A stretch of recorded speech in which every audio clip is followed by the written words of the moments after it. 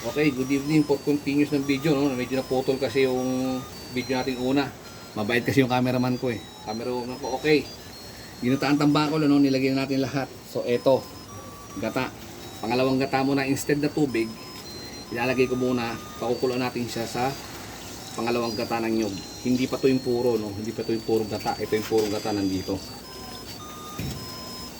So, ayan, diyan natin siya pakukuluin. So, mas malasa siguro to kumpara sa tubig na ilalagay natin. So, dyan, suka. Suka lang muna, no? Tansyahan na lang. So, depende sa inyo. So, ito. Suka. Mga dalawa na ito siguro. So, mamaya na natin titingkahin ulit, ano? So, dadagdagan pa natin additional. Tikman natin mamaya pagkatapos ng kulo. So, pakukuluin lang natin to 15 minutes siguro. Kasi sariwa naman yung isda eh. So, saglit lang to. Saglit lang to. Pamintang durog, nasa inyo kung durog o crack o buo. So, konting bechin, asin,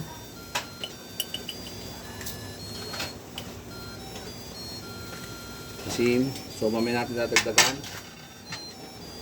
siling berde. Ayan. So, pakukuluan natin siya 15 to 20 minutes. Ito yung purong gata, no? Yung kakang gata. So, pakukuluin natin siya. Balikan ko kayo mamaya, ano po. So, see you later. Okay, ito na po ang pinakuluan tambakol natin, ano? Yung unang gata lang yan. Hindi pa po kasama dyan yung kakang gata. Ito, ilalagay natin kakang gata. So, yung explanation natin sa unang video, nasira, ano? So, ito na lang, papaluhanan ko na sa inyo. Pinagsama-sama ko na yung talong, bawang, sibuyas, at saka yung luya. So, pinakuluan na natin siya for 15 minutes. Yung tambakol natin, ilalagay na natin ngayon itong kakang gata. Ito yung purong gata o yung tinatawag na unang gata. So, ayan. So, ngayon, pakukuluan pa po natin siya ulit ng 15 minutes. At may konting suka na yan, ano. So, hahaluin lang natin ng konti. Baka naninikit siya sa ilalim. Kasi medyo nakalipas ng 15 minutes sa unang gata. So, ito na yung purong gata. Pakukuhan ulit natin siya. So, hintayin pa po natin ang 15 minutes para malaman natin ang alalabasan ng pabukton natin, ano. So, balikan ko po ulit kayo mamaya, ano. So, pagkatapos na, okay? See you later. Okay. After 15 minutes, eto na po. Lutong-luto na yung gata na yan. So, ilusunod na natin. Siyempre, itong gulay niya, pechay, no? So, ang dami ng pechay natin.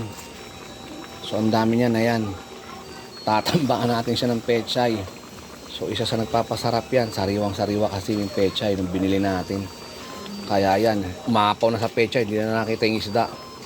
So, tatakpan lang po natin saglit yan, ano? So, ayan.